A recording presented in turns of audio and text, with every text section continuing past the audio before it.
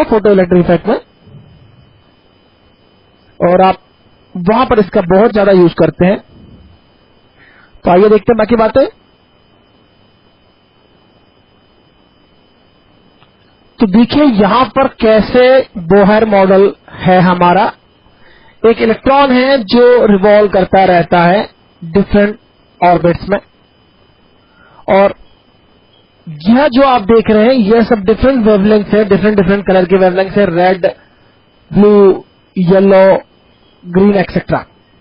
Electron first orbit में move कर रहा है। जैसे ही किसी पर्टिकुलर वेवलेंथ को एब्जॉर्ब करता है वह हायर लेवल पर ट्रांजिशन कर जाता है, और इमिशन करके फिर से वह लोअर लेवल पर आ जाता है, ग्राउंड स्टेट में पहुंच जाता है। देखते हैं फिर से वह हायर लेवल पे आ जाता है और फिर से वह लोअर लेवल पर ट्रांजिशन करते करते आता जाता है। आप देखिए अभी फोर्थ लेवल पर है और फोर्थ से सीधे ग्राउंड लेवल पर आ गया। तो यहां रेडिएशन किया है equal to energy difference of fourth to first energy level. This is all very interesting, this is all very interesting. और किसी भी हायर स्टेट लेवल में वह केवल 10⁻⁻8 सेकेंड तक के टाइम के लिए ही रुकता है, बहुत ही कम टाइम है। एक्साइटेड स्टेट में कोई नहीं रहना चाहता, हमेशा सभी लोग लोअर एनर्जी लेवल पर आना चाहते हैं। तो इलेक्ट्रॉन भी ऐसा ही करता है, लोअर एनर्जी स्टेट पर तुरंत पहुंच जाता है, लेकिन वहां से फिर से किसी फोटोन को एब्जॉर्ब करके वह हायर एनर्जी लेवल पर पहुंच जाएगा, और फोटोन जो एब्जॉर्ब करेगा वो डेफिनेटली हायर और लोअर एनर्जी लेवल्स के डिफरेंस के इक्वल एनर्जी का फोटोन होगा। तो इस तरह से हम देख सकते हैं बोहर्स मॉडल को अच्छे से।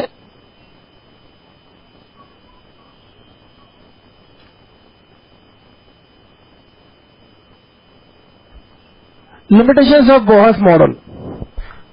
Because every model has its own limitations, Bohr model is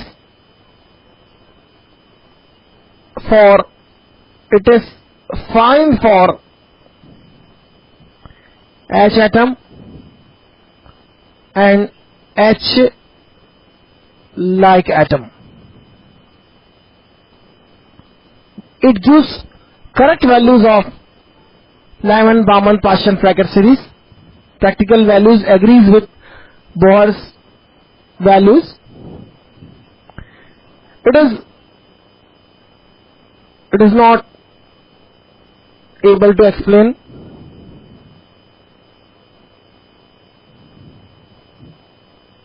spectra of higher electron atoms. That's it. And or it could not explain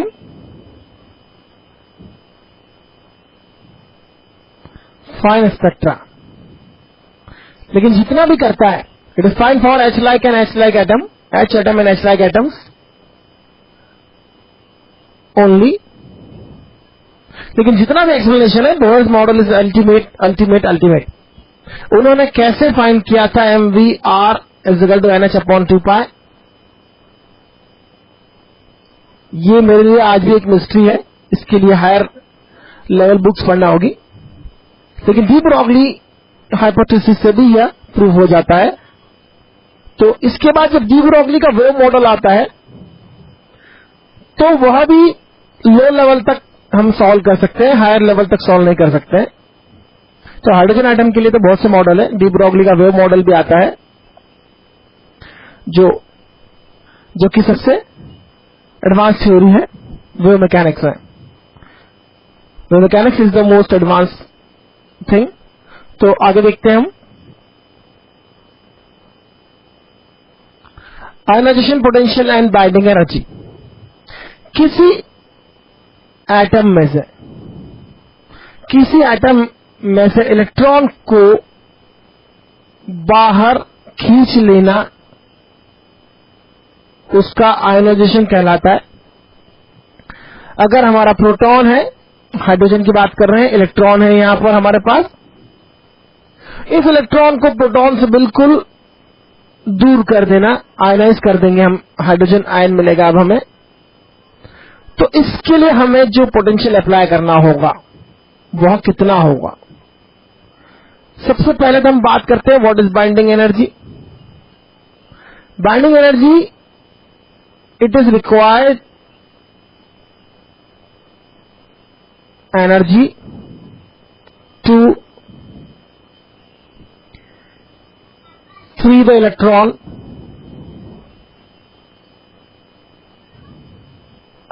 from atom, from an atom.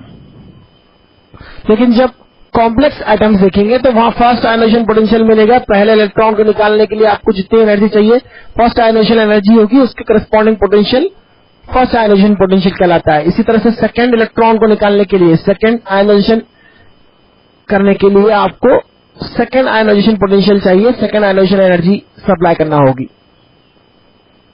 तो यहां हाइड्रोजन के लिए binding energy कितना है? Binding energy is 13.6 electron volt for hydrogen atom electron. क्यों? कि electron की energy कितनी है? इलेक्ट्रॉन की एनर्जी होती है फर्स्ट ऑर्बिट में -13.6 इलेक्ट्रॉन वोल्ट. इसको यहां से बहुत दूर ले जाना है, वहां पर इसकी टोटल एनर्जी होगी 0. इसका मतलब we have to supply energy that is equal to 13.6 electron volt plus 13.6 electron supply करेंगे तो यह यहां से फ्री हो जाएगा, बहुत दूर चले जाएगा. वहां पर जरूर उसके लिए काइनेटिक एनर्जी भी 0 होगी और पोटेंशियल भी 0 होगी, लेकिन इसका उससे कोई बुरा नहीं लगेगा क्योंकि वह एक प्रकार से अब फ्री हो चुका है, मुक्त हो चुका है, बंधन से आजाद हो चुका है. तो बाइंडिंग एनर्जी हम देख सकते हैं यहां पर कितनी है. इलेक्ट्रॉन की जितनी एनर्जी होती है जिस ऑर्बिट में, वही नेगेटिव एनर्जी का अगर आप पॉजिटिव कर दें तो वहां उसकी वो बाइंडिंग एनर्जी होती है. और वही पोटेंशियल फाइंड कर सकते हैं आप. आयोनाइजेशन पोटेंशियल कितना होगा? आयोनाइजेशन पोटेंशियल जो होगा इस केस में 13.6 वोल्ट होगा, क्योंकि आपको अगर 13.6 इलेक्ट्रॉन वोल्ट एनर्जी सप्लाई करनी है तो आपको 13.6 वोल्ट से उसे एनर्जी प्रोवाइड करना होगी. So ionization potential is equal to 13.6 volt for H atom electron. तो इस तरह से आप कर सकते हैं. कंसेप्ट आपको क्लियर होना चाहिए जिससे आप किसी भी प्रॉब्लम को आंसर कर सकते हैं. तो आइए आगे देखते हैं. Take the potential energy of hydrogen atom to be 0 for infinite separation of electron and proton. Yes, obviously, अगर इलेक्ट्रॉन और प्रोटॉन इनफाइनाइट सेपरेशन पर है तो इनका पोटेंशियल एनर्जी 0 ही लिया जाना चाहिए. Then the ground state energy is -13.6 electron volt. Then the ground state energy is -13.6 electron volt. अगर इलेक्ट्रॉन ग्राउंड स्टेट पर है तो ग्राउंड स्टेट पर उसकी एनर्जी होती है -13.6 electron volt. That we know. When the electron is in the first excited state the ionisation energy is. अगर वो फर्स्ट एक्साइटेड स्टेट में है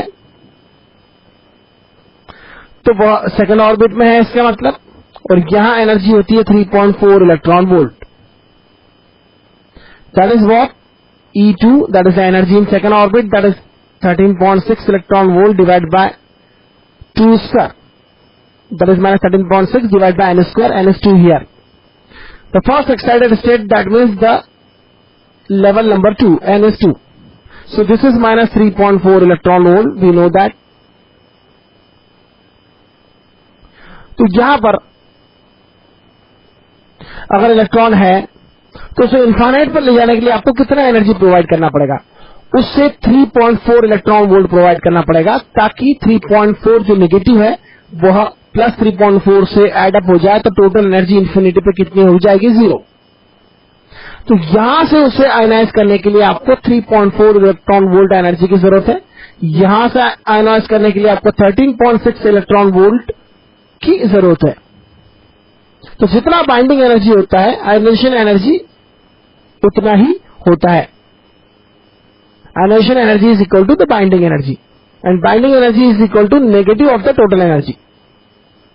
binding energy is negative of total energy, while binding energy is what? Binding energy is what? Ionization energy.